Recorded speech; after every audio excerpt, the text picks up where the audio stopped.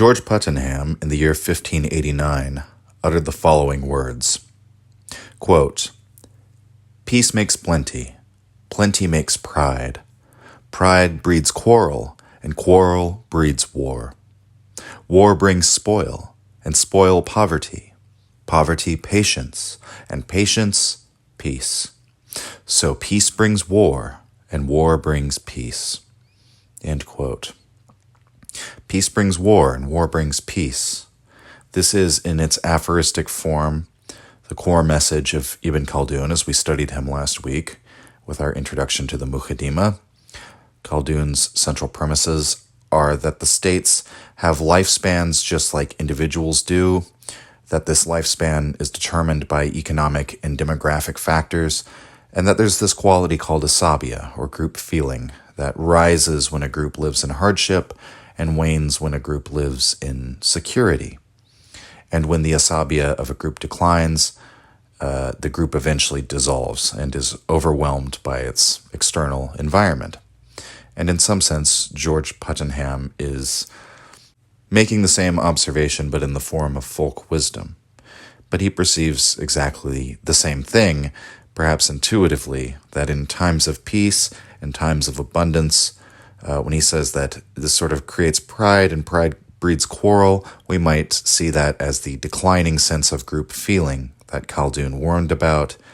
And then with war and the devastation that war brings and the hardship that it visits upon the populace, a new sense of group feeling arises, allowing for them to secure a new state of peace. For Khaldun, the Bedouins of the desert were the origin and reservoir of all human culture. Human culture emerges from the desert and it establishes itself and then ossifies into sedentary societies. So the desert, the place of hardship, the place of desolation, from here is where culture and civilization arises, and then eventually the desert takes it back again. This observation that there's a cyclical pattern of war and peace, of stability and chaos, prosperity and dissolution, it's found throughout the history of human thought. We found it in Thucydides, in Plato, in Machiavelli, in Nietzsche, and now Ibn Khaldun, and George Puttenham expresses the same. And we read an essay by John Glubb back in season 1 that more or less advanced the same idea. And interestingly, Glubb gives roughly the same lifespan that he sees for large empires as Ibn Khaldun does, around 200 years. And yet, we might still have many unanswered questions about all of this, as to how this process works, whether it is indeed destined to happen the same way, and furthermore, whether we can actually measure this process and predict outcomes. Ever since Thucydides, we've been driving at this science of history idea, right? And now, in recent years, there are some who are trying to bring about just that. So today we're going to talk about Peter Turchin, who's put forward this new discipline that he calls cliodynamics.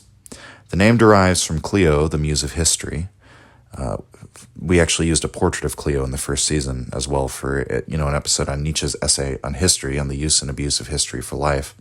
Thought it was appropriate to use the muse of history. But so the term Clio plus the term dynamics, meaning here the structure of change. And so cliodynamics is an attempt at representing the structure of historical change in a mathematical way, such that we can begin to advance interpretations of history not by means of mere speculation, but by means of scientific experimentation, i.e. by making predictions, checking said predictions against the observable results, to make the science of history quantifiable. This is Peter Turchin's avowed goal. Now, this, of course, is something that many historians are resistant to, or think can't be done. And there are a number of reasons for this, chief among them, if I may be so bold, being the prejudice that human beings are simply too complicated to ever be captured within a mathematical equation, right? That our free will is this acausal element that can simply never be predicted, that human beings will always be too chaotic for any scientific process to measure or to account for all the possibilities. In short, that we're special, right? Either by virtue of having a soul or having this ego consciousness, such that we're set apart from the rest of the animal kingdom. Those populations of animals that can be measured and the patterns of, their survival and flourishing or their decline and extinction, these patterns can be sort of ascertained. You might be able to do that with an animal population, but you can't do that with human beings. The reason why Peter Turchin never took that particular objection seriously was his background in studying pine beetle populations. Turchin began his career as an ecologist at a time when the field was on the precipice of beginning to model populations with supercomputers and to begin asserting bold hypotheses about patterns in the field of biology. In other words, coming up with a mathematical equation for charting out patterns of different species demographics. So, for example, Turchin's work primarily involved predicting the conditions under which a beetle population would grow, when it would start to, the point at which the population would begin to explode, and then where it would peak, and then when it would decline after that, right? Deciding what factors and at which point all of these things would occur and mathematically modeling it. And he said that his colleagues at the time were rather math-phobic, as he put it, and that much of the field was not ready to encapsulate their understanding of species demographics in this mathematical way. He sort of compares the difference with what he's doing, creating these mathematical models based on looking at the big picture view of the species, with what a lot of other ecologists were doing, which was, picking up beetles and, counting the number of legs or antennae on them, right? That's sort of like, he sees that sort of thing as data gathering. It's a prelude to a science, but it's not the actual science itself until you begin testing hypotheses, right? Now, it seems that Turchin was somewhat ahead of his field. He published a few more articles in scientific journals before quitting the field of ecology and moving on to history. One of those articles was published in Oikos, where he posed the question, quote, "Does population ecology have general laws?" Turchin argued in this paper that ecology indeed did have laws, but that his colleagues were often resistant to calling them as such. And he wrote, quote, "Ecologists know that these are laws and should call them as such," end quote. Most ecologists would publicly argue against such a proposition, insisting that each situation was different. Just because a certain demographic pattern might apply to pine beetles, this didn't mean it would apply to a mosquito population, for example. And that's true. There are differences in every case, but Turchin argued that with a massive amount of data now gathered by ecologists, general propositions that were applicable across species were now possible. To focus on these idiosyncratic differences between species is just being sheepish at that point, right? Being sheepish about making predictions. Turchin's goal was to bring ecology further into the hard sciences, with hard math to cash out the claims that it was making. And the unwillingness to do this is simply the failings of the scientists involved in the field, who don't want to go out on a limb or be proven wrong, right? But so long as they had no overarching principles to explain their field, they didn't really have knowledge, as Turchin saw it.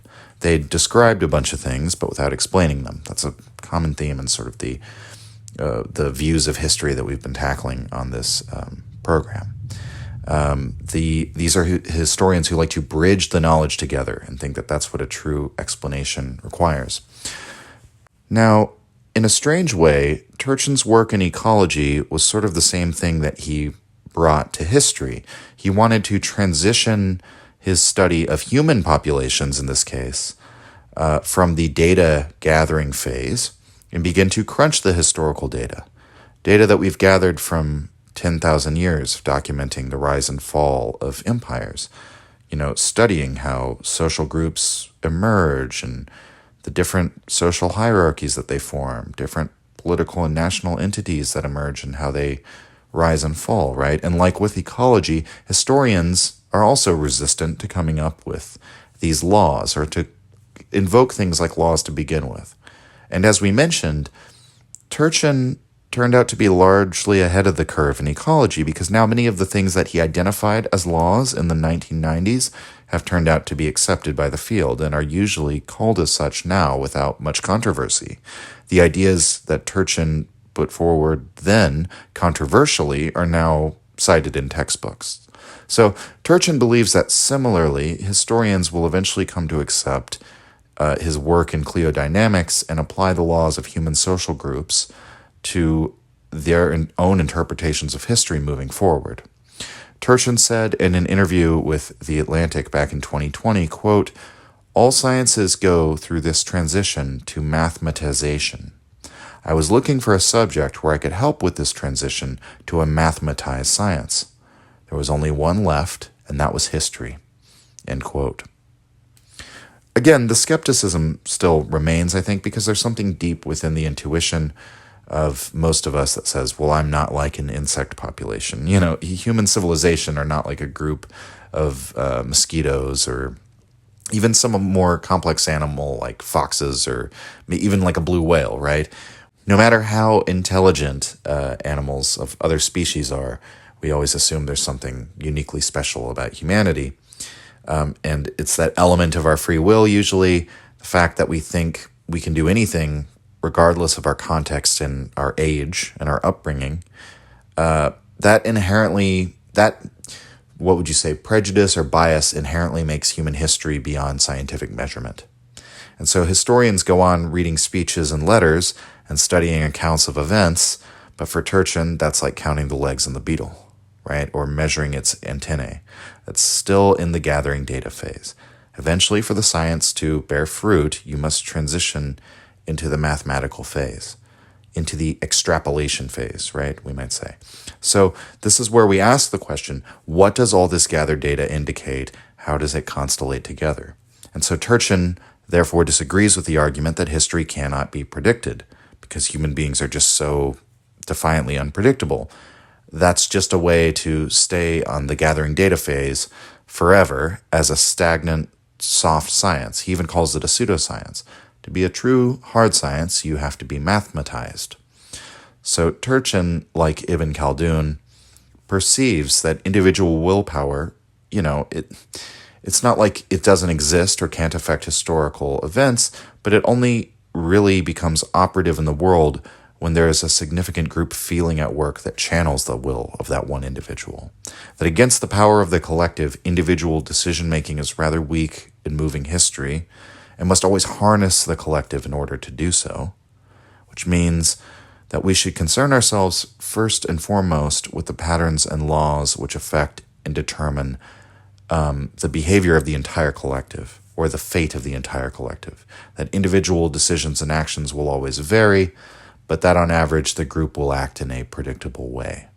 And that primarily the causes and conditions of a population thriving or dissolving have little to do with key decisions or anything that even enters into the realm of free choice, but it has to do more with intergenerational dynamics, things that can't even be perceived by one individual, but have to do with all of these multitude of factors that develop over decades and centuries.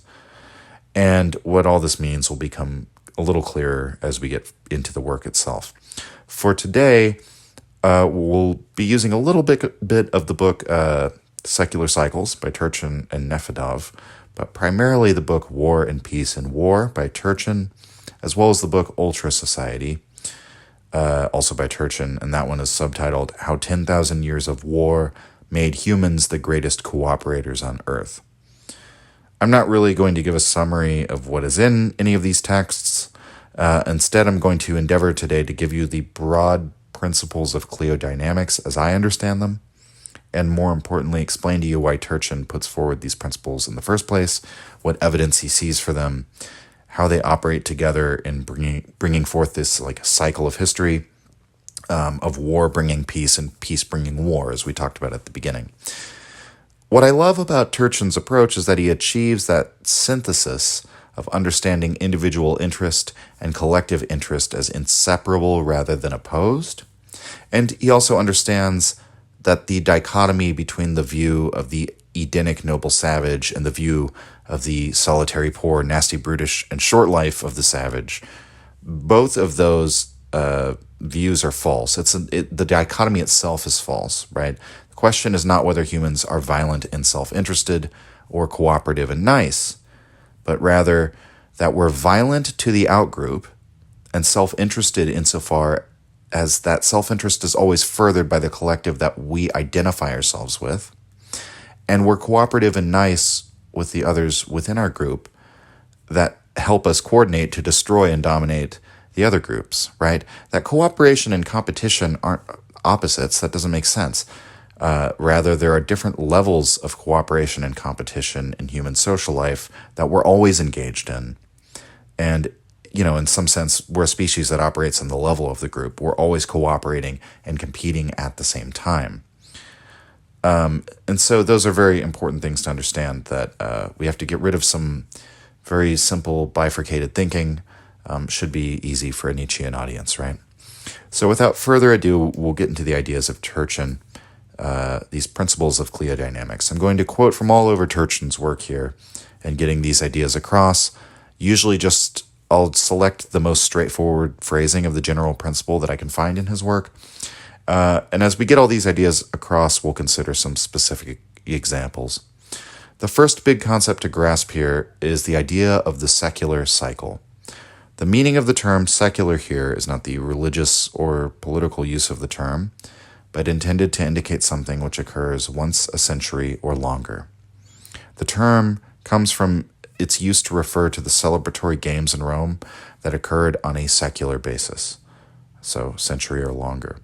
We also see the use of the term in economics to refer to extremely large or long-term trends. So it's a pattern or fluctuation that persists for a long time. So a secular cycle is a cycle that plays out over a long period of a century or more. Peter Turchin writes, quote, "A typical historical state goes through a sequence of relatively stable political regimes separated by unstable periods characterized by recurrent waves of internal war. The characteristic length of both stable or integrative and unstable or disintegrative phases is a century or longer, and the overall period of the cycle is about 2 to 3 centuries." End quote. So right here we have two more terms, integrative and disintegrative phases. So in this secular cycle, we have a phase lasting about a century or longer, and a second phase lasting about the same length. One in which the social structure integrates, it establishes itself, forms its hierarchy, branches off in all its sort of complexities. It's able to maintain itself against external threats. It's able to stave off internal dissension and infighting, and finally achieves abundance and prosperity, the goal that all culture is driving at as Ibn Khaldun sees it. We then get what Turchin calls a trend reversal. So the first trend, a secular trend lasting about a century's time or a bit longer, Turchin says elsewhere that it's around 100 years to 125 years is typical. That's where we hit the peak after that period. And then we have a trend reversal where we begin moving in the opposite direction. That's a phase of disintegration where the social order begins to fragment, becomes riven with inequality, and it turns against itself. The social order turns against itself, and it becomes dissolute and unable to deal with external threats as they arise. That's a very important one because during these periods when they sort of hit their nadir, that's where you can be overthrown or the entire political order can be torn down. At this point, the nation or people or ethnicity or whatever it is, whatever's governed by this state, either dissolves or enters a new integrative period with the foundation of a new regime. So the entire secular cycle lasts about 250 years, with a short cycle wrapping up in a quick 2 centuries, maybe a decade or so less, and longer iterations lasting perhaps up to 300 years at the very long end. Depending on how you designate where an empire begins and ends in time, this is obviously going to be debatable. But, if we take a look down a list of famous empires, we see that even if the exact beginning and ending of an empire might be in dispute, all of these political entities are within that range, sort of suggested by this model. But just to look at some examples, Great Britain had its heyday at the beginning of the 1700s. Its empire dissolves around 1950. That's where they're giving up the last of their global colonies, right? The dynasty established by Cyrus and his descendants in Persia lasts from 538 to 330 BC, about 208 years. So a little bit on the shorter side of the things, but not the shortest. The Mamluk Empire endures from 1250 to 1517. It's a bit on the longer side at 267 years. We can even see this pattern where a given empire isn't exactly overthrown or doesn't descend entirely into anarchy, but simply ceases to occupy the position of power it once had and becomes relegated to a sort of like second-rate status. Spain is a great example. From around 1500 to the 1700s, Spain was master of the sea. They held the global reserve currency. They sort of colonized and plundered around the world. But by around 1750, they're completely eclipsed by other European powers. And by the 1800s, the Americans, this upstart power of barbarians, right, is basically clawing away possessions from them with impunity throughout the entire century, mainly in the end of the 1800s. The example of Rome is particularly instructive in understanding this pattern because it shows how there are cycles within cycles, wheels within wheels, as Turchin puts it. So Rome, depending on how you want to divide it up, has a very long integrative period during the Roman Republic, and then a disintegrative period we call the Late Republic, period of civil war and assassinations and internecine fighting, right? And then the Roman state is reorganized after that period into the Principate, and we get about 200 years of empire after that. After that, there are civil wars and the crisis of the 3rd century. The state is reorganized again, and that was where you had the Roman Empire partitioned into East and West. Presumably it was one empire, right, with 2 emperors and 2 junior Caesars. It's called the Tetrarchy, I believe. But that kind of falls apart very quickly. And, it was this is the dominant period where the emperor wasn't just the first among equals as he was conceived of in the Principate period, that previous 200 years. Now the emperor is sort of like a divine figure, right? This very avowedly monarchistic figure during this period where you have the Tetrarchy and the partition of Rome. But by the 400s, the Roman Empire ends, even though it's able to even reconstitute itself, a 3rd time, right? Rome had enough life in it to reconstitute itself 3 times, right? Meanwhile, over in Byzantium, they still consider themselves Romans, and in some sense, the national identity of Rome still lives on in their state. That continued through even more cycles. They reconstitute themselves like 2 more times, right? Or 3 more times. But you get diminishing returns. And eventually the disintegration is final because nothing lasts forever.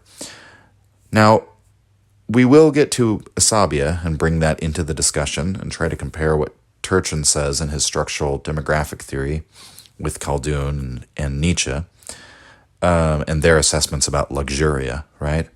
What Turchin puts forward first and foremost as the driving factor behind these trends of integration and disintegration doesn't have anything to do with luxury or, virtue of character or anything like that.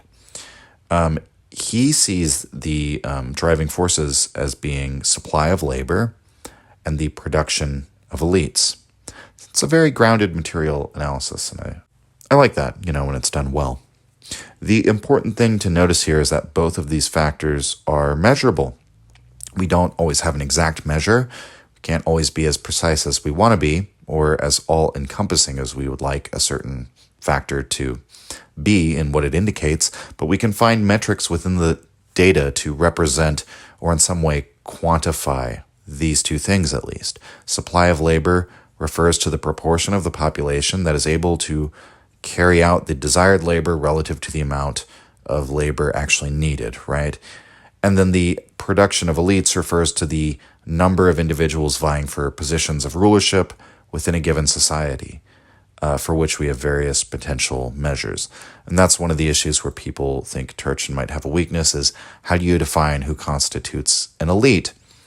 And really, I mean, even though you could argue over the definitions he uses, I think Turchin's generally correct when he says, well, you know, in America today, we could look at like who graduates from like an Ivy League school. Will all of those people be quote unquote elites?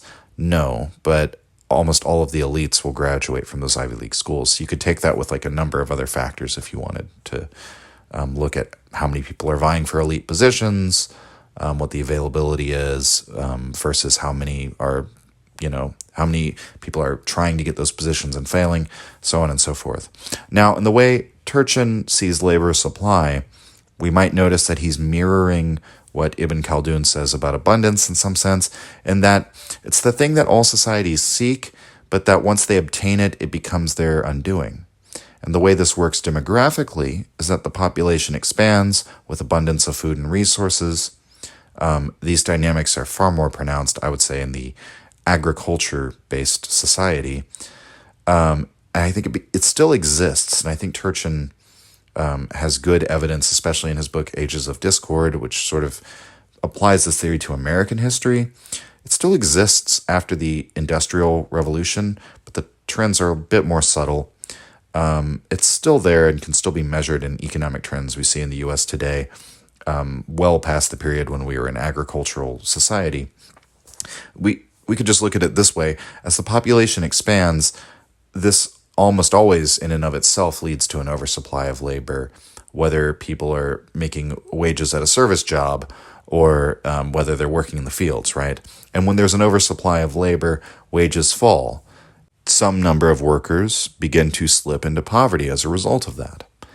Falling real wages then means more revenue for society's elites, and the oversupply of labor therefore always triggers more wealth to flow upward into the elite class. Conversely, when there is an undersupply of labor, such as when there's recently been a depopulation event, for example, in the case of the Black Death in Europe, the popular prosperity increases in the aftermath of that depopulation, as the lower strata of society gains bargaining power and a greater share of the fruits of their labor. Turchin writes, quote, "Stability and internal peace bring prosperity. Prosperity causes population increase.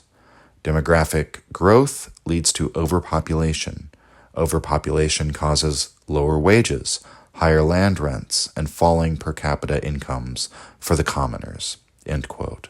So that's the basics of labor supply. Now, as regards the production of elites, this phenomenon occurs in relationship to the labor supply. What happens is that the elite class expands during these times of heightening inequality. The growing wealth that accumulates to the upper strata allows it to accommodate more elite aspirants. There's an elite boom, so to speak, right?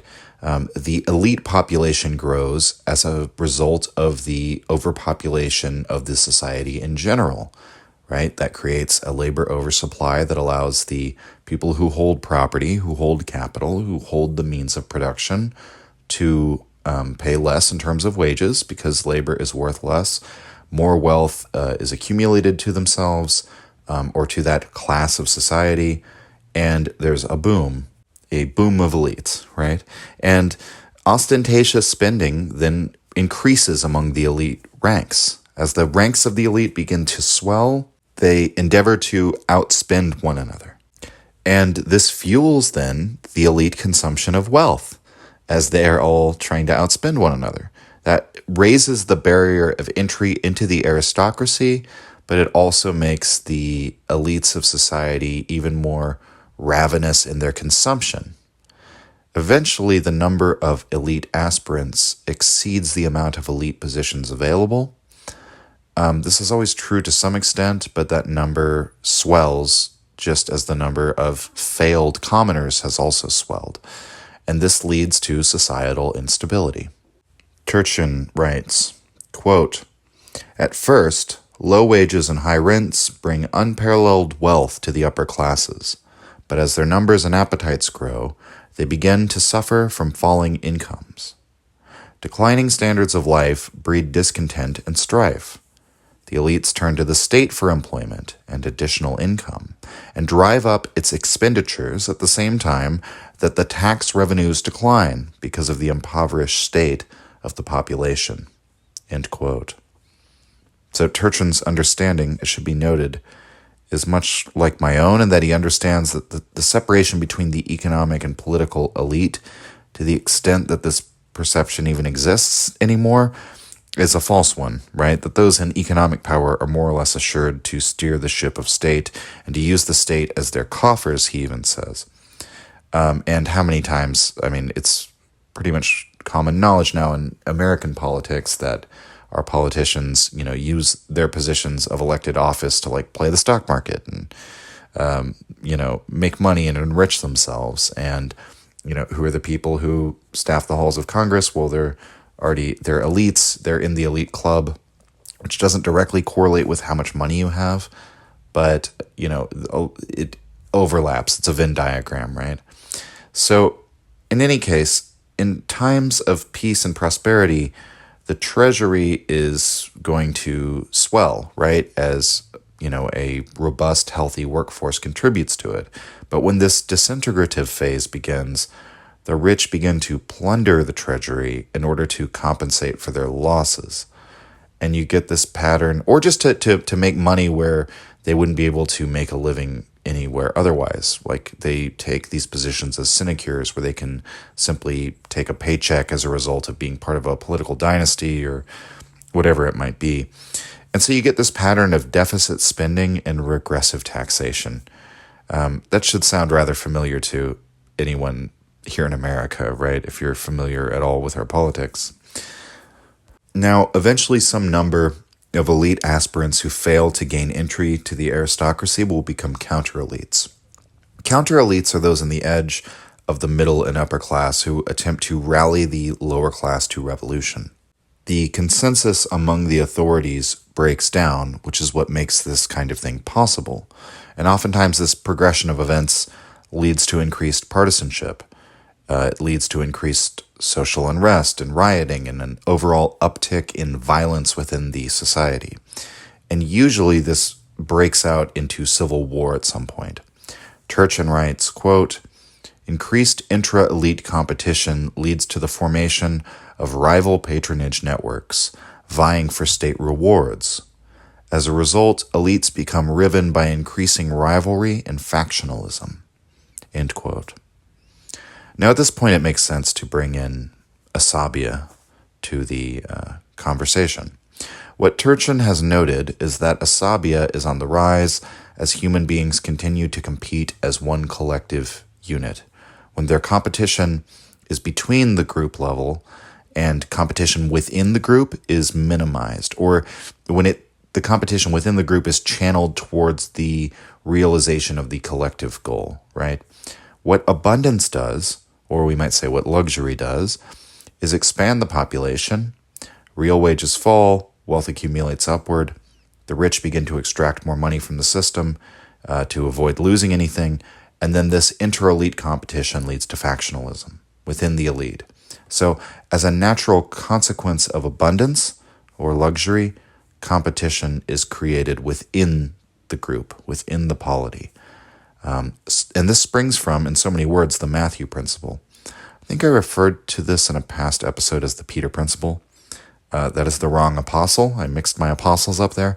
That is a different principle entirely. What I meant to say was the Matthew principle. And it's the principle I'd like to bring up here again and explain in a little more depth. It refers to a passage, Matthew 13:12, quote, "For whosoever hath, to him shall be given, and he shall have more abundance. But whosoever hath not, from him shall be taken away even that he hath." End quote. Turchin cites the Matthew principle within the work, and it's basically the same thing we discussed in the episodes on capitalism and socialism earlier in the season, that an inflow of wealth doesn't smooth the inequality, it actually heightens it. The rich translate that extra income into even more income, right? It becomes a positive feedback loop for them. Meanwhile, those who are already struggling find that the competition is even more difficult against those who are already sort of at the apex of the economic hierarchy, and they tend to lose out more. This doesn't happen all at once. It's an intergenerational process, but more and more people who are in the middle class or of the lower classes begin to slip into, destitution. In any case, Turchin describes how this works in a passage contained in the chapter on the Matthew Principle, and he describes it in the context of a society where we might imagine a completely equal distribution of land among a bunch of smallholders, right? What happens when this society slips out of a labor equilibrium, right, and into a state of labor oversupply? Does the distribution of land remain stable if you change that factor? Well, no, not according to Turchin's theory. He doesn't just base these claims on, examples or anecdotes from the historical record, but on the mathematical model generated based on the data of the historical record. And so he begins from this abstracted society with an equilibrium of property and introduces labor oversupply. The model then generates an outcome over several generations and charts the new distributions of land. Turchin writes, quote, "The situation changes dramatically when the population grows to the point where there is an oversupply of labor. Now, wealthy landowners can get away with paying low wages, just enough to make sure their hired help doesn't starve. The poor, who do not own enough land to feed their families, are forced to work for minimum wages or rent the lands of the rich at usurious rates. Furthermore, because there are more people than are needed to work the land, some of the poor will be unemployed. They will face a stark choice of gradually selling what land remains in their hands to feed their families or starving. Thus, the process of wealth concentration will accelerate. Not only will the rich get huge incomes from their property, they will be able to use some of this income to augment their wealth even further. Overpopulation is a mighty force driving economic inequality. In the model, the poor lost their remaining land by being forced to sell it to the rich, parcel by parcel, to stave off starvation. What actually happened in most historical societies was that the poor did not sell their land outright, but used it as a collateral for loans to tide over a bad patch, a year of poor harvest, or temporary inability to obtain extra work. In the end, however, the land was still lost, when the debtors found themselves unable to pay the loans." End quote. This inequality emerges as an indirect function of abundance, and this inequality in and of itself is damaging to asabiyyah, Turchin argues. As the rich get richer and the poor get poorer, the exacerbation of this difference in their absolute state is perceived by everyone in the society. And also, the eroding middle class perceives its precarity. The poor become resentful and willing to entertain notions of revolution, but such revolution doesn't seem to arrive, at least until the inequality creates tension within the elite ranks itself. These rival networks of patronage, or rival elite factions, then attempt to win the loyalties of demographics within the population in order to advance their ends against their opponents. Turchin notes also that the Matthew Principle plays not just between classes, which heightens competition between, the rich and the poor in the broadest sense of understanding classes, but also within those classes. So among the working class, it's the struggle for the feeding ground, the struggle to be able to secure a job when there are not as many jobs as there are people seeking them. And then within the elite, it's the struggle for those positions of high office, the entry into the halls of power. Turchin writes, quote, "When some nobles are growing conspicuously more wealthy, the majority of nobility is increasingly impoverished. The elites become riven by factional conflicts." End quote. So Turchin is, in some sense, reinterpreting Ibn Khaldun's theory of asabiyyah here, and he actually addresses that within the text. He gives credence where it's due to Ibn Khaldun and his theory of history. Turchin attributes less like weakening power or corrupting power directly to luxury itself, and sees the real problem with abundance to be the demographic patterns that it creates. It basically leads to society overextending itself, going into this crazed growth spurt, and ultimately growing beyond its means to sustain, which then generates conflict within itself as the hierarchical structure's inequality maximizes. And that always happens during a resource crunch. The inequality goes to the extreme, and then asabiyyah rapidly disintegrates. Whereas Khaldun tended to focus on the softening effect of city life, on the weakening that happens to the population as they live in comfort, Turchin focuses on the way that abundance has this downstream effect of changing the social order in like this deranged way. Now, perhaps Khaldun and he can both be correct insofar as when we study the historical examples, you notice in societies that had, for example, a selection mechanism on the elite, such as the Romans or the Spartans, there's other examples that we've talked about, they're able to maintain their asabiyyah for a longer period of time. That also applies to the Bedouins, right? Remember, Ibn Khaldun says that they're guarded by militias of the sons of all the noble houses, right? The nobility gives their sons for the protection of the entire tribe. And these are the people who raid and eventually overthrow the sedentary peoples of the coast. Of course, they then become sedentary people themselves, and they are one day overthrown by another tribe from the desert.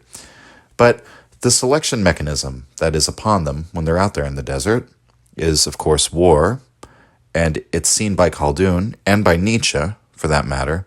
It's seen as this means of strengthening the aristocracy, preventing them from becoming soft or incompetent, we might say. What Turchin sees, on the contrary to those sorts of considerations, is that this selection mechanism prevents the inequality in society from getting too out of hand, that it introduces a friction, a counter movement against the nobility becoming too inwardly competitive and thus damaging their ability to cooperate, and that quite simply it prevents the oversupply of elites. We can put it like that. In any case, setting their differences aside, Turchin still uses the concept of asabiyyah and considers it to be critical to his theory. This is how Turchin sees asabiyyah as also playing a decisive role in where the trend reversal occurs, when the first part of the secular cycle turns into the second part, pushing from, for example, from an integrative into a disintegrative phase. He puts it rather straightforwardly here, quote, "Great differences in wealth among group members undermine cooperation, and such groups succumb to rivals with higher levels of asabiyyah. The growing disparity between rich and poor puts the social consensus under strain," end quote.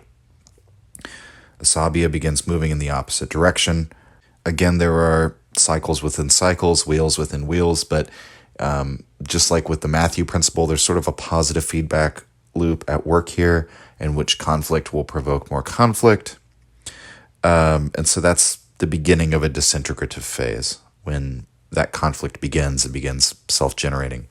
Turchin writes, quote, "As all of these trends intensify, the end result is state bankruptcy and consequent loss of military control, elite movements of regional and national rebellion, and a combination of elite mobilized and popular uprisings that expose the breakdown of central authority," end quote. This process, Turchin asserts, is not linearly uniform. Instead, he says, quote, "During the integrative phases of secular cycles, when inequality is moderate, intra-elite competition and conflict between elites and commoners subside. The empire-wide identity regains its strength for a time. It takes the cumulative effect of several disintegrative phases to reduce asabiyyah of a great imperial nation to the point where it cannot hold together its empire," end quote. Again, the example of ancient Rome comes to mind here. We don't see in the most long-lived nations that they collapsed in the span of a single secular cycle, but rather that their decline of asabiyyah happened over a long period of waxing and waning. That means that there were times when asabiyyah was proximally going up, but in the long term, like in the terms of the overarching secular trend, it was still going down. You can see this, I see this all the time when I look at my analytics, right? Because you have a weekly pattern of how many people are listening to, say, the Nietzsche podcast. It goes up and down on like a graph or whatever. But then you can also see the overall trend, in spite of it going down, from up or down on day to day, there's also an overarching trend. Pretty basic stuff in statistics, but, I don't have visuals, so I kind of have to invoke the visuals to explain it. In any case, you could think of that as sort of these trends like something you could plot out on a graph if you were able to quantify it and measure asabiyyah mathematically, right? You could say asabiyyah was up here at this level, and then it kind of goes up, it goes down, it goes up, it goes down, but you look at the overall trend and it's overall going down, right? That's what has to happen. A state has to cycle through many secular waves until the process finally is complete and the social structure is completely washed away. So how does that work, right? How does the disintegrative phase eventually return to an integrative one? Just as when abundance hits its peak, that triggers the trend reversal, upon hitting the absolute nadir, there's a trend reversal as well, and we proceed back into the integrative. And that happens primarily via a process known as the pruning of the elite. What happens is civil unrest and internal wars continue in generational waves until the excess of the elite has been sufficiently pruned. That means when enough of them when their population's been reduced, we'll put it like that. The disintegrative phase of a secular cycle cannot end until the excess nobility is removed. And so the driver of social instability is that elite oversupply that's created by the labor oversupply, and therefore that is the societal condition that has to end. And you have to get rid of these large numbers of counter-elites and aspirant elites. As a result of that process, the overall proportion of elites to the general population then decreases.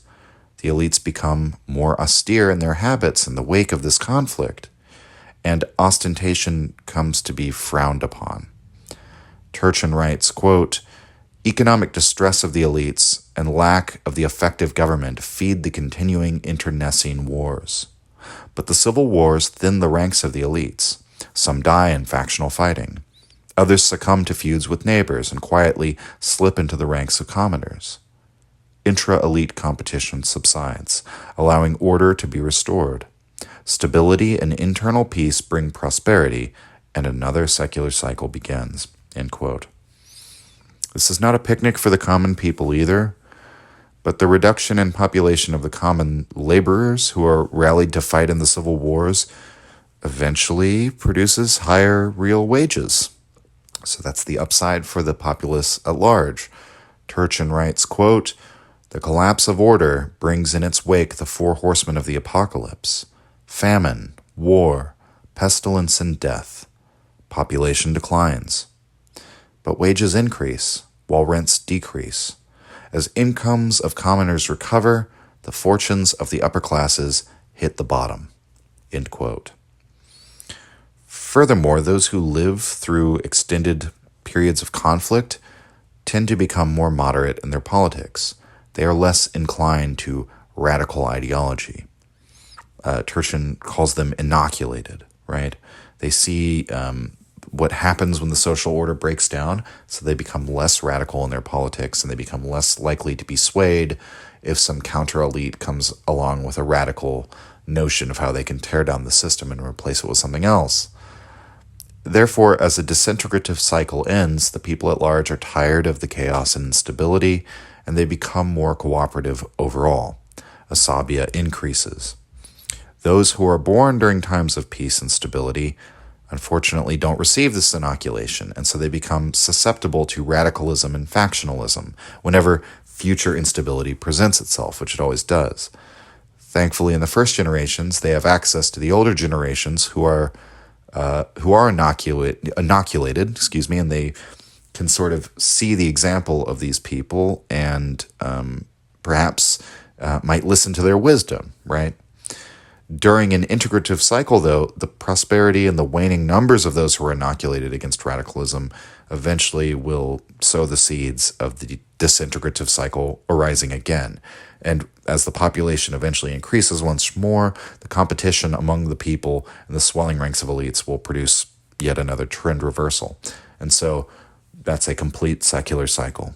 We should also note that there may indeed be seemingly random factors, things that were not accounted for in the mathematical model that strictly looks at structural demographic factors, right? We live in a world with all sorts of random events that are possible.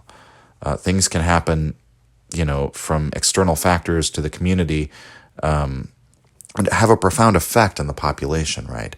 Weather events and disasters, natural disasters, or, any number of things can delay or accelerate the trend as it is currently unfolding.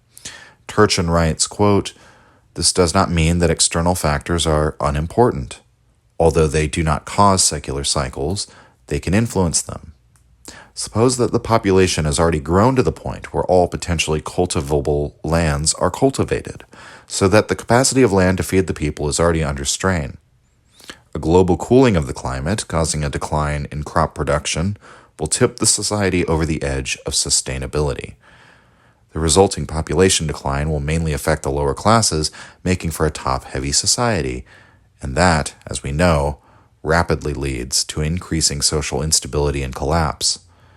If not for the temperature change, the society would enjoy internal peace for a while longer, although the disintegrative phase cannot be postponed forever." End quote. Now, at the beginning of this process, what kicks the cycle off, Turchin sees this in his idea of the meta-ethnic frontier.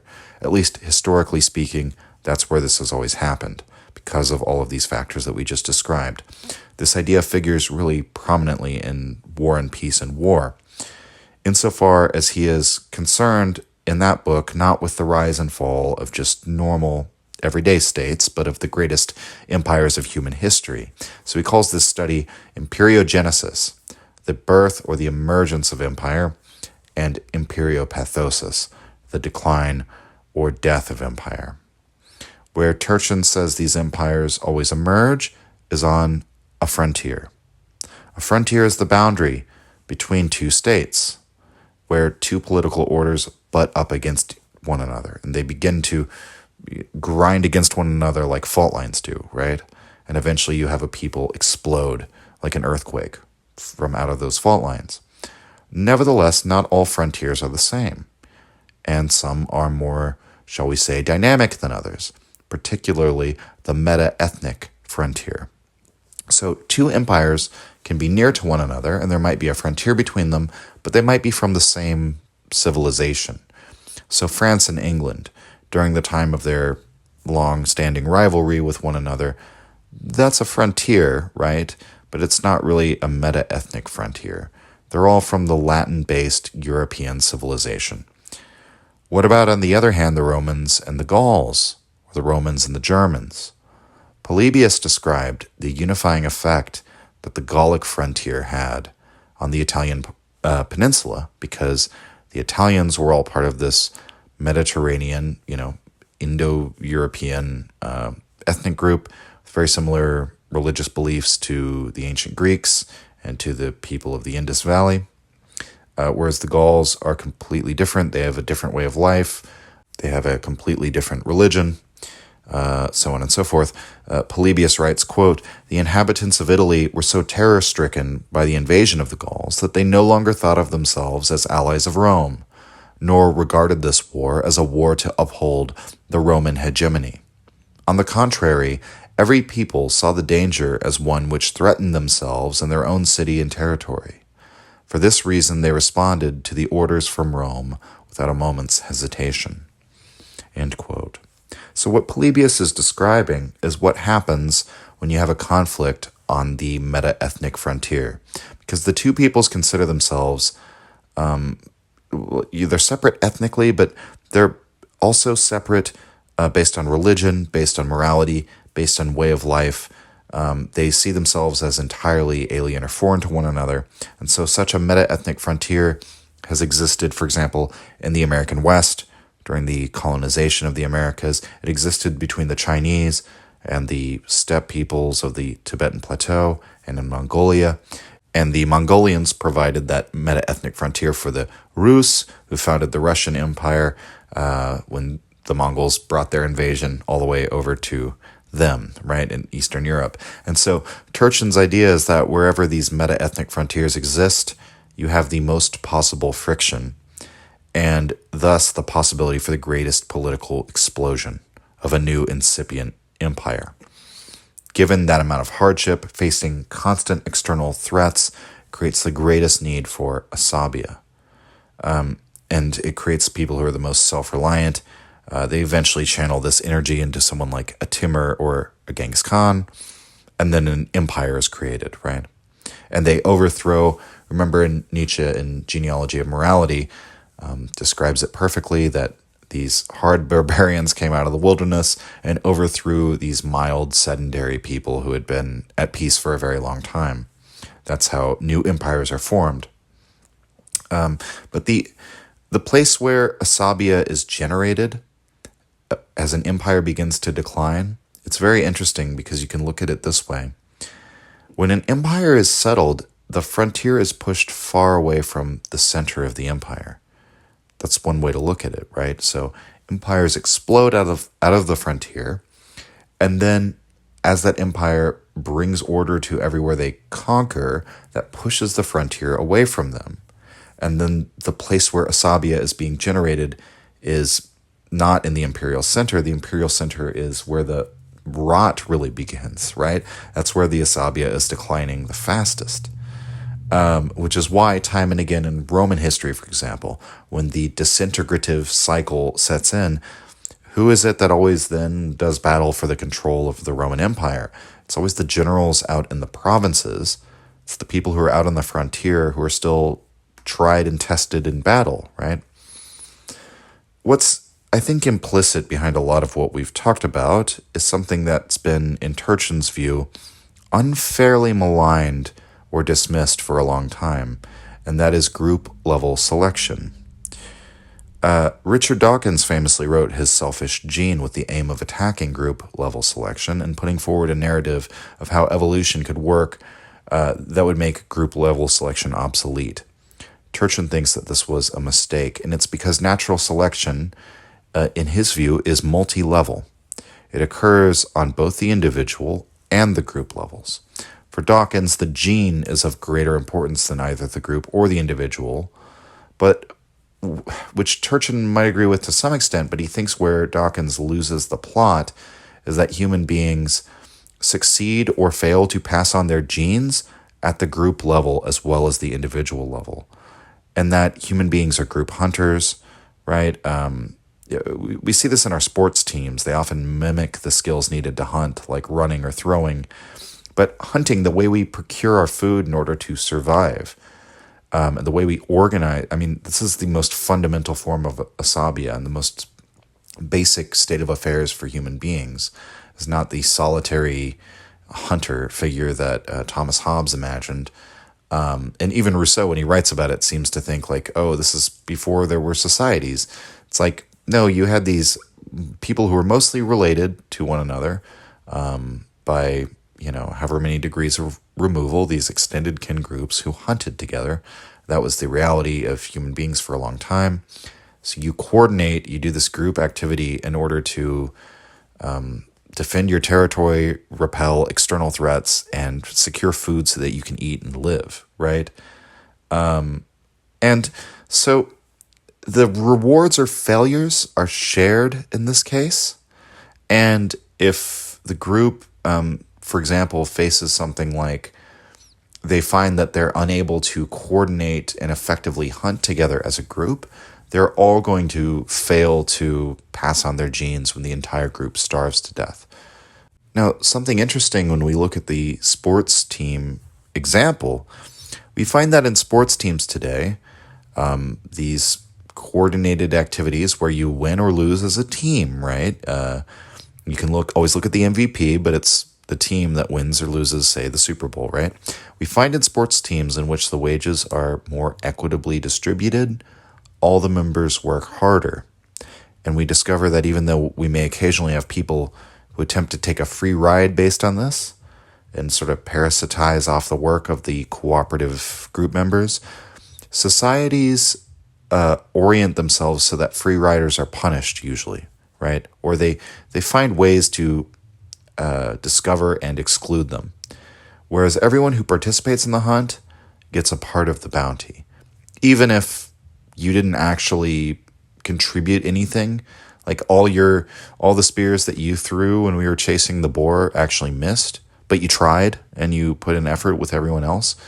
If you pay out the reward relatively equitably to everyone who participated and tried, and only exclude people when they don't try at all, that's where you actually get the most motivation psychologically from all the members of the group.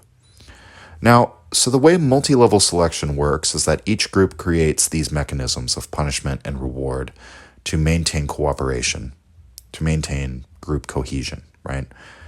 Turchin thinks it is very important to point out, and he argues this primarily in the book Ultra Society, that the relatedness genetically of one member of the group to another doesn't actually matter.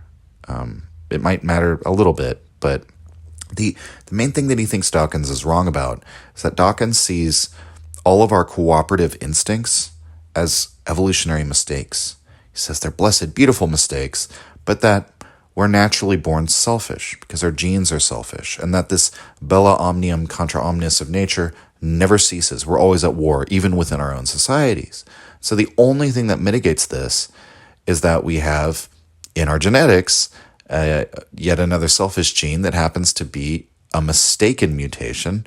And so you feel compassion or altruism towards those who share your genes. It's a very natural thing because that compassion or altruism towards people with whom you have a genetic link will help you pass on some portion of your genes, right? And since for most of human history we lived in those small groups of a few dozen or 100 people, and they were all mostly related to you in some way, our cooperative altruistic instincts become well developed in that situation and became applicable to simply any human being that were around a lot. That's the evolutionary mistake as Dawkins sees it, that really the only genetic advantage would be if we were actually helping people who we're related to. It's simply a mistake that we're now able to apply that to anyone that we like or care about or share, a team with or have a shared destiny with, right? Turchin thinks that all of that from Dawkins is basically a misunderstanding, and that suggesting that we still approach the world through the mental framework derived from the Pleistocene is actually a really audacious claim, right? That in fact, the structure of human social relationships and the fact that human beings succeed on the group level means that we're naturally incentivized to cooperate with people who are not related to us. Or we might say, regardless of the level of relatedness to us. That's simply a blunt reality of our success or failure as an organism. And that viewing this simply as an evolutionary mistake ignores the fact that the group level fights for its own survival on the group level, independently of the selection mechanisms on individuals, insofar as the groups which fail to cooperate effectively will be unable to produce future generations, right? So humans don't reproduce as individuals, right? We don't reproduce asexually. We require other humans, and humans come in a crop, so to speak, right? They come in generations, all the people born within a certain period of time. And oftentimes whole generations are affected by these selection events that come from nature. Sometimes the entire population is affected, right? It doesn't affect us on the individual level. And so the selection is multi-level because the group can survive or die out collectively. Now, what are we talking about that's the equivalent of a gene when we talk about the level of the group? Turchin says that we could call it a cultural trait. He doesn't really like the term meme, as Dawkins talks about it, because he rejects the idea that a cultural trait is like a mind virus, which is the way that Dawkins describes the meme, right? He thinks it's sort of like a very trivializing way to talk about, because that's one of the enduring parts of the legacy of the book, The Selfish Gene, which I should point out I actually really enjoyed reading that book, and it was very enlightening for me in many ways. But the way that Richard Dawkins thinks of memes being spread, I mean, he basically thinks that genes are these selfish things that just replicate themselves. And so memes, ideas, everything going on in our intellectual world kind of mirrors that view that he has of genetics. Turchin thinks a cultural trait should be understood as something much, much more than that, because cultural traits promote or prohibit certain behaviors or certain ways of life. In a sense, they comprise a moral code that's promoted by the society, and that societies do actually pass on these cultural traits to their children. And whether this is ultimately, you might then pose the question, well, is the cultural trait itself genetic or a product of upbringing or some combination? Turchin says that doesn't matter at all. That's not the issue. It could be any of those. The important issue for Turchin is that the traits do exist and that they are passed on and that they affect the success of the group. That's the big thing. And so what we find is it's not rocket science, right? The groups that promote the most cooperative behaviors most successfully are the groups that survive. This is because even though selfish individuals will tend to survive within those groups, and selfish individuals will always be the ones who get ahead the farthest in society, and a given human group can become largely selfish over many generations. This can even happen on like the familial level. Different families just sort of adopt a sort of kind of a moral familialism, right? They're with their family against everybody else, like it's the Sicilian mob, style families. A broader society that operates like that will eventually be outcompeted by other societies that have more cooperative attributes, right? So back during the Pleistocene, that would mean in the example we talked about earlier, your group just dies off. Your tribe doesn't cooperate successfully enough to repel other hostile tribes, control your hunting ground, catch food, patrol your borders or whatever, because everybody's out for me or looking for a free ride or more concerned with internal rivalries, whatever the reason might be. If that's your situation, even though it would seem that selfishness is being selected for because these selfish and ambitious people seem to succeed and get to the top of society very often, nevertheless, if your cultural traits don't restrict that to some extent, a well-organized tribe will then displace you or kill you or enslave you, right? Or you'll just starve out during the hard times when cooperation is absolutely essential, or where you need to work as a group to control your hunting ground and not have other people just steal all your food or all your kills. Such that the big picture is individuals who are selfish may outcompete within the group, but the group that maintains standards of cooperation as cultural traits that are well enforced, they will outsurvive the groups that don't do that. And so that's Turchin's explanation for why we have cooperation and altruism towards non-related human beings and from people that we expect no reciprocated kindness. When you give a $20 bill to the homeless guy, right? He's not related to you, and you are never expecting that he'll ever have a way to repay that act of compassion.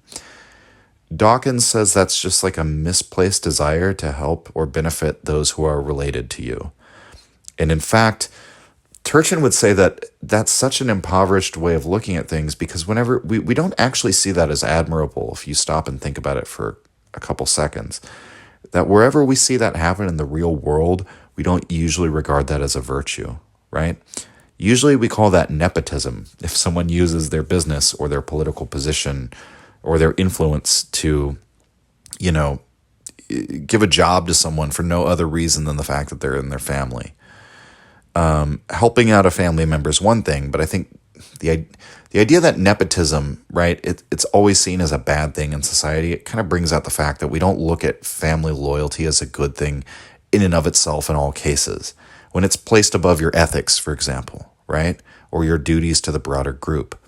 So our regard for other members of the group that share that same ethic or that ethos, share the same cultural traits, the group with which we've all decided to cooperate as one collective unit of power, that regard that we have for that collective ethos, none of that's explained by genetic predisposition to help those who share our genes because we actually actively set that above helping those who share our genes in many cases. Turchin would say it's all perfectly explicable if we inherit cultural traits that, like genes, pattern our behavior, and they're selected for at the group level rather than the individual level. If everyone's keeping up with this so far, think back to what we've talked about regarding Nietzsche's view of consciousness and language. His view of culture is comprised of individual points of valuation, as I've called them, the points upon which a group agrees and is bound together in its common approach to the impersonal obstacles or problems of life, the questions of life, we might say. We could also think back to Nietzsche's entire supposition about how a value structure can endure even after the original social arrangement that produced it is long gone.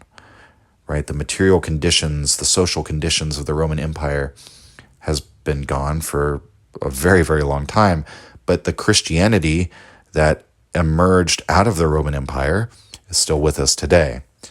Dawkins, his explanation would see Christianity as a meme. It's like a virus that selfishly spreads through societies. Turchin's argument is that Christianity is a series of cultural traits that must have been advantageous in producing cooperation and binding groups of people together. That's why it would survive. Now, implicit in this theory of cooperation is the notion that cooperation is so valuable because it's nested within a broader structure of intergroup competition.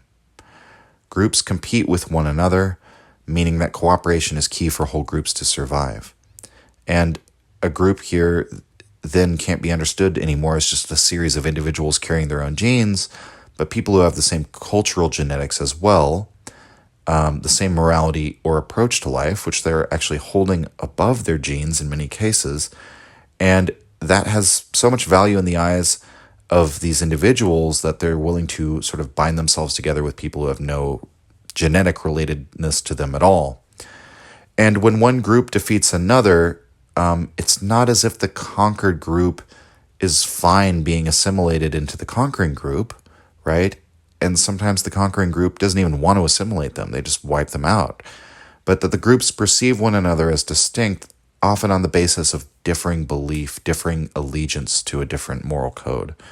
And it's not just a connection based on whether there's a blood relation.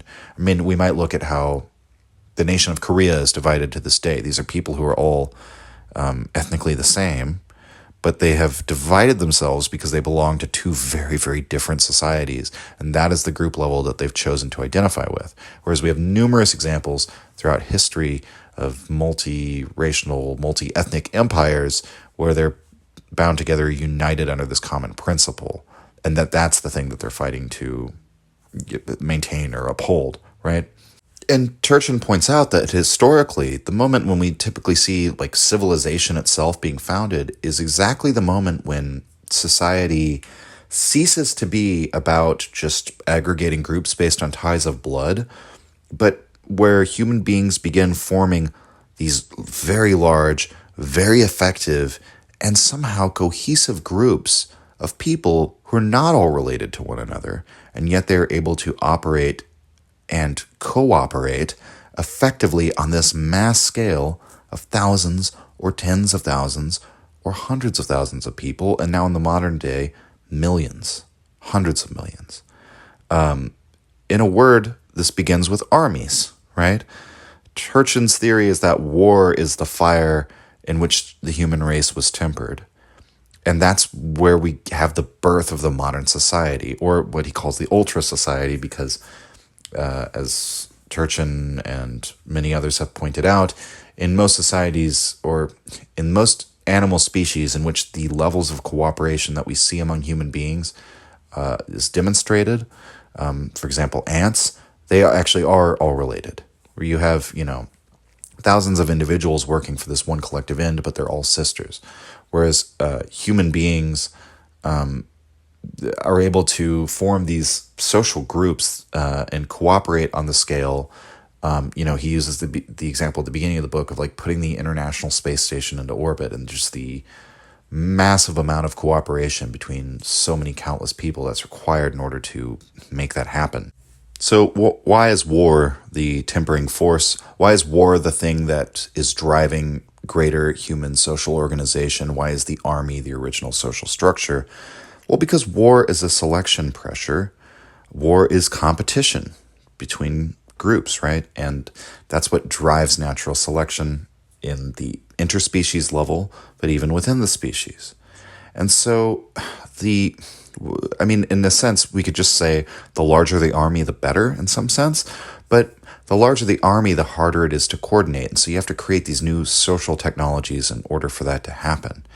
For coordinating larger and larger populations, you have to have far more complex and powerful means of maintaining social cohesion through cultural traits. There's that saying of the French that God is on the side of large battalions. There's no better guarantee of being victorious in war than of having the largest side in the conflict. And so this is a serious selection pressure on groups that drove them to be larger and larger. The first push into large-scale organized society was undertaken by militaries, and through the creation of larger and larger militaries in order to outcompete all other groups, human beings form nations. These begin mostly as city-states, but it's what's called the warfare theory of state evolution, that increased bonds of cooperation are formed to bind together these multiple tribal groups with the purpose of being more effective armies. And so asabiyyah is really key to this entire thing, since the creation of this group feeling at a large scale is what determines how successful the group is at the nation-state level. And this is what we see historically. What naturally happens is that at the fault lines of culture, in which intergroup competition is at its fiercest, and where the clashes are therefore between those who have a total sense of alterity between one another. In other words, the other is perceived as all competitor and 0% in-group, right? And so that raises the asabiyyah of the two groups at the fault line to its absolute maximum. And that's where incipient empires form, where they spring out of is these meta-ethnic frontiers, because states are born out of warfare. And the logic of warfare eventually produces a state. Now, I'd like to look at a couple places where Turchin discusses the history of the Roman Republic and its transition into the Roman Empire, and brings his structural demographic view to bear on sources like Plutarch and Livy, who tell us about the social events in the Republic's history. In their early days, the Romans faced the constant threat of annihilation from the Gallic tribes, or conquest by the Greeks or another such rival state, but mostly it was the Gauls. Under this pressure, they coalesced into a single people with a coherent identity. Bravery and virtue were the most important traits. In fact, the word for man in Latin, vir, reveals that the concept of virtu is synonymous among the Romans with being a true man, true person. Virtue it's all those qualities that a real man ought to have, right? Turchin writes, quote, "Virtus included the ability to distinguish between good and evil, and to act in ways that promoted the good, and especially the common good. It also meant devotion to one's family and community, and heroism in war. Unlike the Greeks, the Romans did not stress individual prowess, as exhibited by Homeric heroes or Olympic champions. The ideal of the hero was one whose courage, wisdom, and self-sacrifice saved his country in time of peril." End quote. So virtus includes the ability to distinguish good and evil. So this is a cultural trait. It's the idea of some trait being exalted by the society and rewarded by the society, but it has a moral aspect to it of how you should live, right?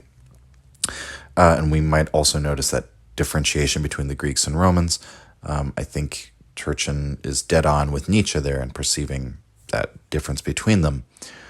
This glory in sacrificing one's life for the sake of country is described by Livy. If it looked as though the Romans were going to lose a battle, the Roman commander would offer his life to the gods of the underworld as part of a religious ritual of sacrifice. We've talked about this in a couple past episodes, but just to quote from Livy what he says about this ritual: the commander stood atop a spear and devoted his soul to the most powerful gods, saying, quote, Janus, Jupiter, Father Mars, Quirinius, Bellona, Lares, new gods, native gods, deities who have power over us and other enemies, and gods of the underworld. I supplicate and revere you.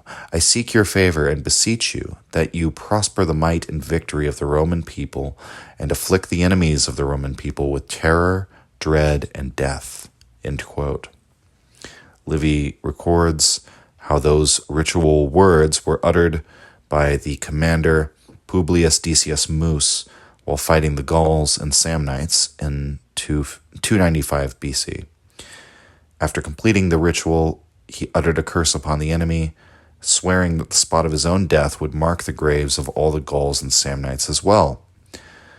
Livy then continues, quote, with these imprecations upon himself and the enemy, he galloped his horse into the Gallic lines, where he saw they were thickest, and threw himself and the enemy weapons to meet his death. From then on, the battle hardly seemed to depend on human effort. The Romans, after losing their general, which on other occasions is generally a cause for alarm, checked their flight and wanted to renew the fighting. The Gauls, especially those crowding round the body of the consul, kept throwing their javelins without aim or purpose, as if they had lost their wits, while some of them were stupefied and could neither think of fighting or flight.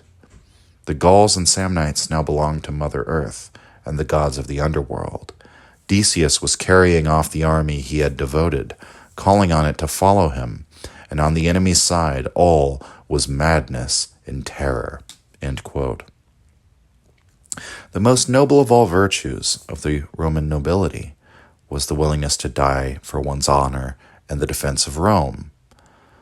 Among some of the other virtues, however, as he mentions, is filial piety, or we might say pietas, keeping of one's word, fides, discipline, gravitas, and holding fast to one's morality, constantia. All Romans were expected to emulate these virtues as part of the moral code set by the religiones, the word from which we get the term religion, which means literally the bonds that hold the community together.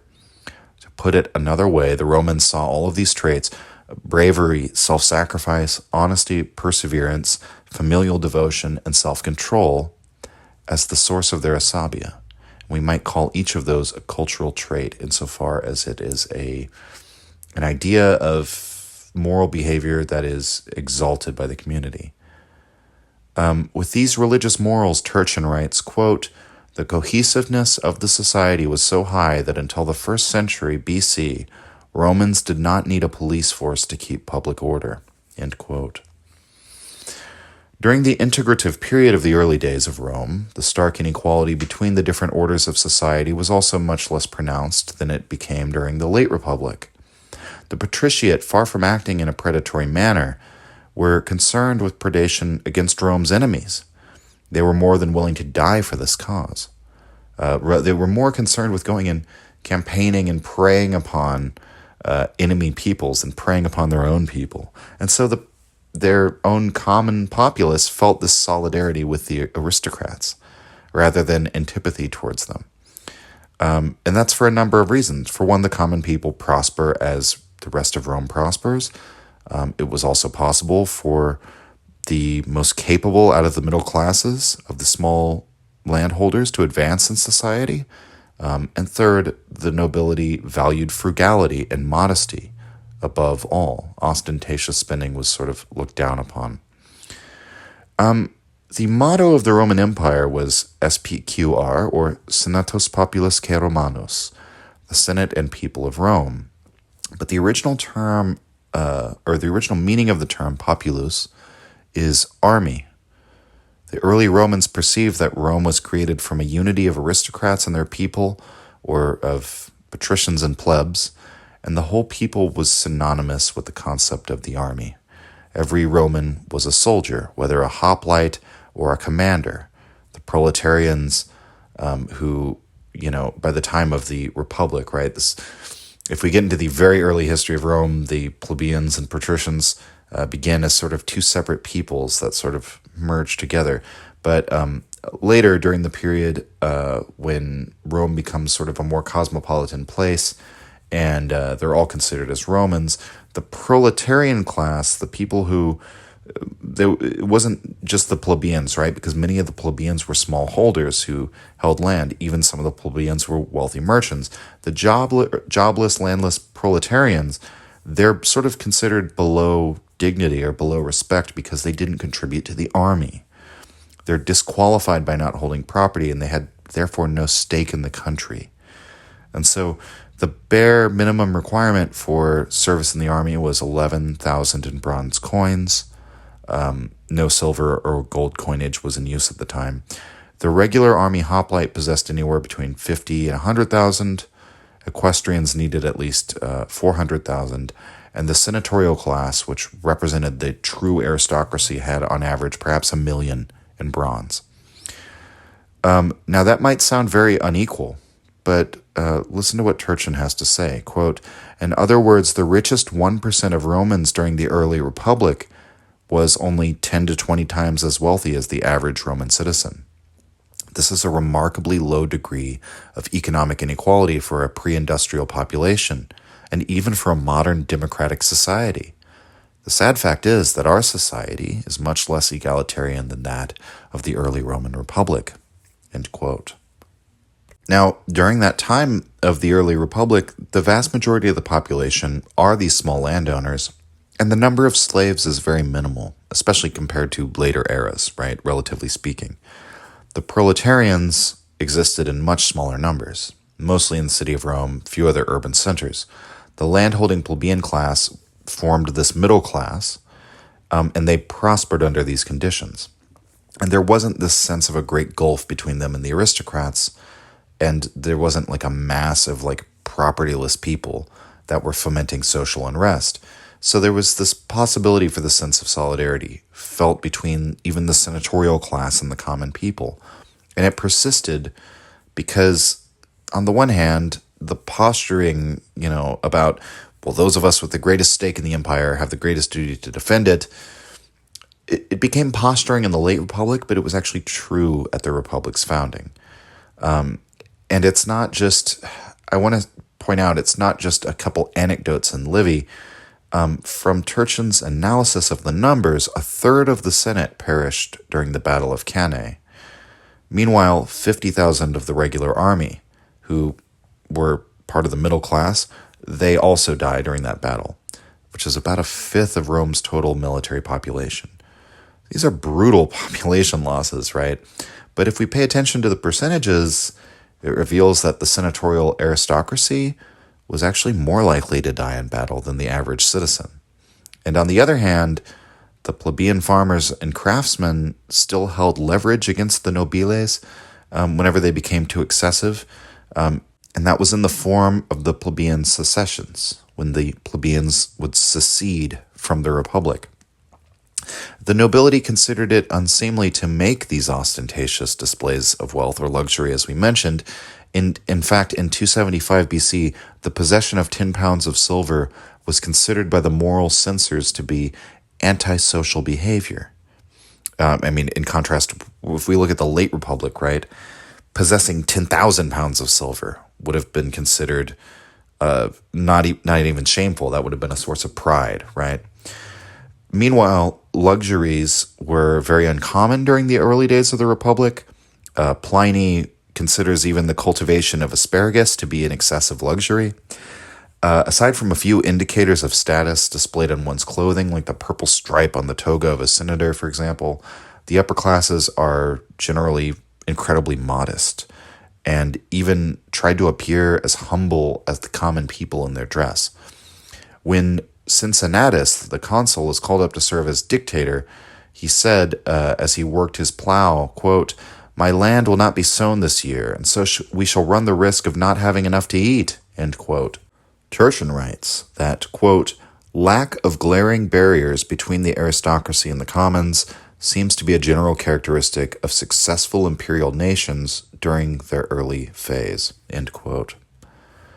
The high level of asabiyyah is what ensured Rome's continual success and an unusually long integrative phase during this period. The Romans had a tenacious quality that allowed them to continue campaigning even as they'd been dealt massive casualties. They would continue fighting even after strings of losses.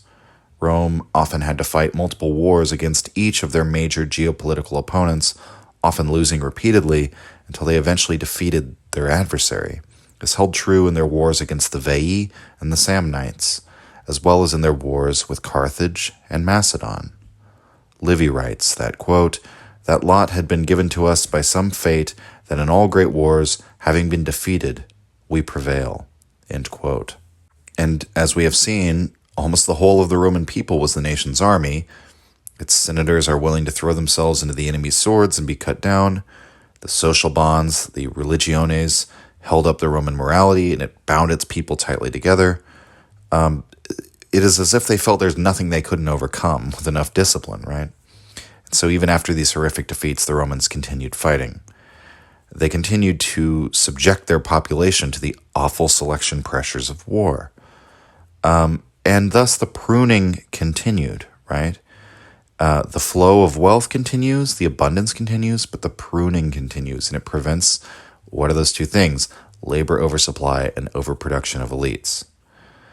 Even after they endured disaster after disaster, like the sack of their own city by Brennus, the siege of the brilliant general Hannibal, a history of loss-heavy wars, Rome still manages to endure. And Livy writes, quote, "No other nation in the world could have suffered so tremendous a series of disasters and not been overwhelmed." End quote.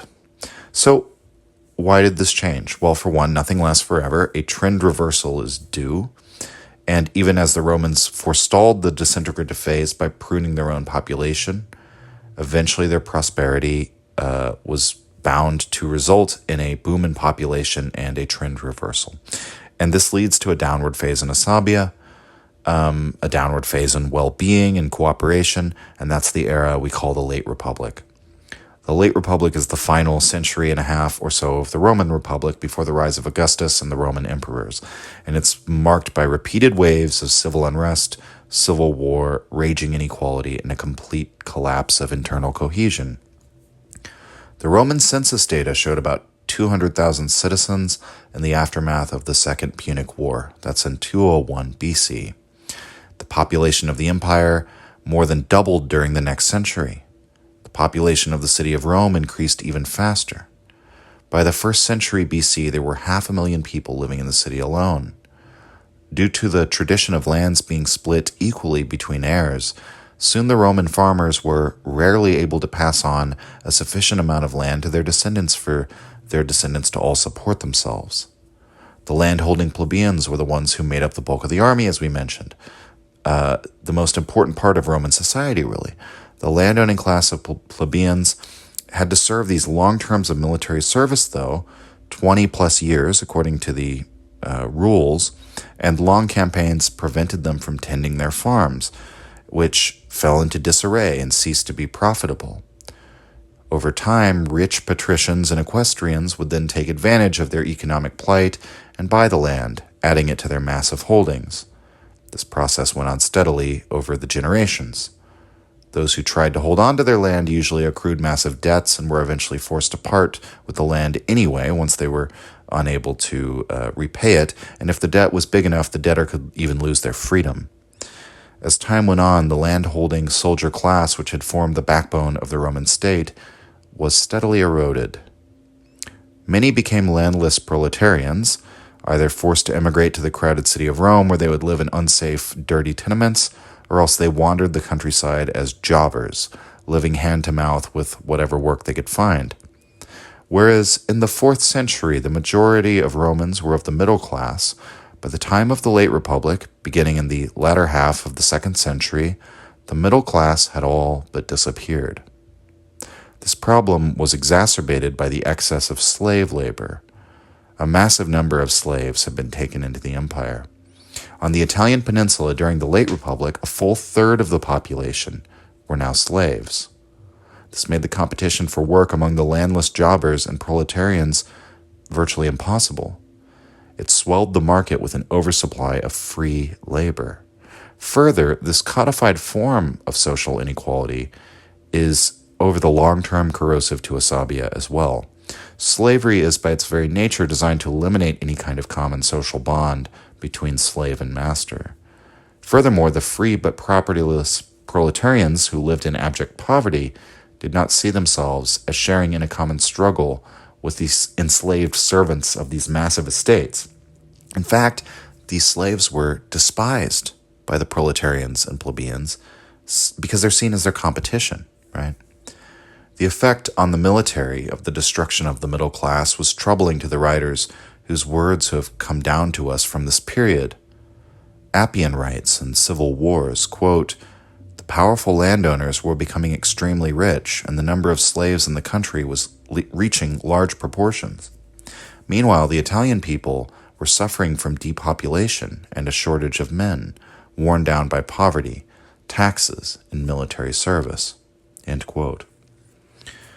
Turchin comments about this, perhaps directly addressing Appian's use of the term depopulation, although he doesn't mention Appian by name. He says, quote, "Various authors decried what they perceived as depopulation. In reality, the overall population was expanding rapidly. What was declining was the numbers of the middle classes, the citizens with enough property to qualify them for army service. To expand the pool of recruits, the authorities gradually reduced the minimum amount of property that qualified a citizen for army service, and finally abolished it altogether in 107 BC. Despite these measures, the proportion of citizens in the Roman army kept declining, and the missing numbers had to be made up by using non-citizen Italian allies. By the end of the 2nd century, there were 2 allies for each Roman serving in the army." End quote. So the elites effectively hollowed out the foundations of the society they governed, and this had the effect of sabotaging their own defenses. The military might of Rome was previously sort of premised on the assumption that those who had a stake in the prosperity of the country should defend it. That bound the Roman soldiers, patrician and pleb, together with that shared destiny. But as always happened, the greed of the nobility began to get out of hand. It undermined this mutual alignment of interest. Now, as the plebeian smallholder was crushed, most who fought for Rome were from other Italian states that had been subjugated within the past couple generations. Possibly there were even Cisalpine Gallic tribes and various other auxiliaries who bolstered the ranks. And these men had no stake at all in the country. They fought merely for short-term, personal, monetary-based interest. And remember what Machiavelli says about that. It's incredibly dangerous to depend on that. Economic excess, as it always does, had weakened the Roman culture in a tangible, measurable sense. That feeding frenzy from the elites becomes totally parasitical. Turchin writes, quote, "A turning point was thus crossed during the 2nd century BC. Whereas Roman aristocrats of the early republic competed in who could die for patria in the most glorious way, in the late republic they competed in who could throw the most sumptuous banquet." End quote. I wonder what Ibn Khaldun would have to say about those lines. As these trends continued, the nobility began to do things like loot the public lands and loot the public coffers. So you have the ager publicus. We're going to talk about this a little bit next week, but it was like public lands that anyone could use. And the rich began like illegally occupying them, kicking people off who were using them, and then not paying the ground rent that you have to pay to the community in order to use them. Several reformers, such as Tiberius and Gaius Gracchus, arose to challenge the power of the Senate in this respect, but they're all killed, usually by armed gangs or mobs hired by the aristocrats who were doing the land theft. Then we have figures such as Marius and Sulla. These are factions within the elite that begin to form, the conservatives and the reformers. The optimates, who are the best men, they're basically like, we are the cream of the crop of Roman society. It's the aristocratic party, the oligarchy party, and then you had the populares, the populist party. And so Marius emerges as this popularis figure. Sulla emerges as this optimate figure. And they begin to, through their rivalries, their rival patronage networks that are vying for influence and for income, begin to do battle. They would prescribe one another during these conflicts, where you write out your lists of enemies and kill them and appropriate their wealth. In addition to these civil wars, there were numerous slave revolts during this period that began to become increasingly common, such as the famous rebellion of Spartacus that happens during this period of the late Republic. Turchin writes, quote, "The extent of carnage during the civil wars of the 1st century BC were truly awesome. In just one decade, 91 to 82 BC, as many as 200,000 men lost their lives. The Spartacus rebellion accounted for another 100,000. Yet another 100,000 men were killed between 49 and 42 BC. Most of the casualties in the civil wars were commoners, landless citizens, non-citizen Italians, non-combatants caught in the fighting. But even if only 1% of these casualties came from the aristocracy, it would represent a significant drain on their numbers." End quote. And so these series of civil wars happen, and it sort of crescendos with Julius Caesar, right, who marches on Rome. He has a series of battles with the conservatives who try to hold on to power. Large numbers of them are killed, and eventually Caesar becomes dictator. He's then assassinated and stabbed to death because the disintegrative phase is not ready to end yet, right? They haven't hit the nadir and the trend reversal, and so the social consensus has not been reestablished. The rival factions are still battling one another. There hasn't been enough pruning of the elites. It takes yet another civil war at the end of the late Republic period in order for this process to finally be completed. And that's with the rise of Augustus and the Second Triumvirate. Even after that civil war, there's still a final conflict between Augustus and Mark Antony, right? But all of these events continue to prune the population. And so by the time Augustus takes power, the empire's calling out for peace. All its members had seen enough violence that they were inoculated against radicalism. They wanted stability. And Augustus did take some measures to distribute lands to the men who fought for him. He did implement new laws of austerity and new laws of morality. But Turchin would argue that's only symptomatic of the trend reversal within Roman society. The measures that Augustus took are sort of demanded by the secular cycle. I think Nietzsche would be in lockstep with Turchin's thinking here, that you should look at that kind of thing as a symptom rather than the cause of anything. The society was ready for an Augustus, ready for a stable regime that comes in, institutes standards of morality, establishes order, holds on to it. And enough of the population had been killed off, and the gap between rich and poor had been somewhat mitigated during this time. The aristocracy, above all, had been trimmed, and all these hostile aspirant claimants had been neutralized. And so, in the case of Rome, we have a study in how structural demographics work to drive history, as Turchin would argue it, that the stability or instability of the social order is this direct outcome of demographic factors that wax and wane in this ever-recurring relationship, and that therefore the lifespan of states can be measured and even predicted. What would that mean for us if we applied it to, political entities today? Turchin's looked at American history, as I mentioned, and he studied where America is in terms of its own secular cycle. He talks about this in the book Ages of Discord. We don't really have time at this point to go into details really at all, but the main notes to take from that work that I want to bring up here is that America is in the middle of a downward trend in terms of asabiyyah. We're turning the competition inward, inequality is expanded, there are more elite aspirants in elite positions, and real wages are falling.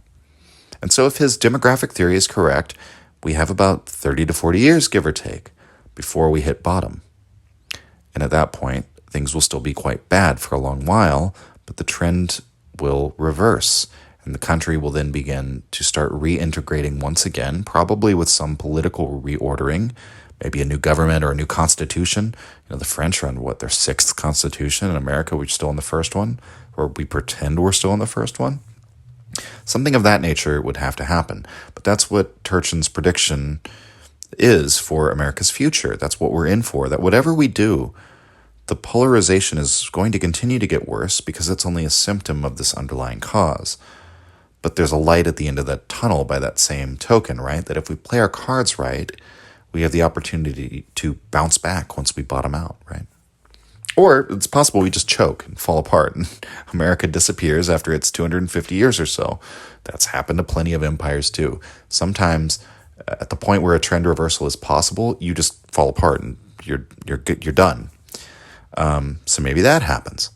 I personally would hope for the trend reversal because I have a love for my own cultural traits, right? My cultural genes, so to speak. And so to conclude, I personally find Turchin's view of history, his cliodynamic analysis, to be fascinating. It doesn't bother me at all that it dispenses with free choice or moralistic views of history, obviously. Rather, we see the material factors that are pushing people to certain courses of action or behavior. And it isn't quite as simple as a static reality in which there's just people with wealth and people without it, and that's why revolutions happen. But rather, people feel it's a moving thing, right? People feel their precarity in their position in the system. They feel which direction they're moving. And when they feel they're moving downward, that's what pushes them to agitate against the system, right? And people don't lose all their land or all their property all at once. Over long generations, you make decisions like you borrow against it, have it slowly pilfered from you, right? And the elite isn't a stable thing either. It creates these factions. They begin to compete with one another, and people slip out of the elite and they move into it. And so we have all these moving parts, all these moving aspects. Society is this dynamic thing, but it's very profound, very powerful to actually mathematize this and find patterns in all those dynamics, see how they all interlock and work together, and dare to put forward an understanding of human life as governed by these laws, right? As part of this dance of nature, just as we might see in wild animal populations, that human beings are no different. In spite of all of our conscious narration about what's going on, what's pushing us is demographics, cold, hard numbers. It's kind of a scary thought, perhaps, but I also find it somewhat exhilarating. Anyway, that was my best attempt at an introduction to Peter Turchin and the rough outline of his ideas. And I chose to cover him the way I did, particularly because Turchin helps us tell a very interesting story about ancient Rome, especially in light of what some other commenters have said about Rome, for example, Machiavelli. So we're going to get, if Machiavelli was the first opinion and this was the second, we're going to get yet a third opinion on Roman history next week with an even more unorthodox approach to kind of crafting a narrative about Roman history. And it's about that same period, the period of the Republic, with a focus on the late Republic. We're going to consider an alternative history of ancient Rome, a people's history of ancient Rome. In this view, Caesar is not the amoral tyrant, but one in a long line of reformers who found themselves opposed at every turn by an entrenched oligarchy and who were all assassinated. But Caesar is the one who actually succeeds in he's the spark that starts the fire that eventually burns away the old political order, right? But he's presented in this new narrative in a very interesting way as a champion of the people. So join me then for a new revolutionary portrait of Caesar, as put forward by Michael Parenti, where we talk about his book, The Assassination of Julius Caesar, next week. That's all for now, everyone. Signing off. If you enjoyed the Nietzsche podcast or found it helpful, you can visit us and support the show at patreon.com/untimely-reflections. The link is in the description. Or just share the show with any of your friends that you think might enjoy it or on social media. Thank you for your support.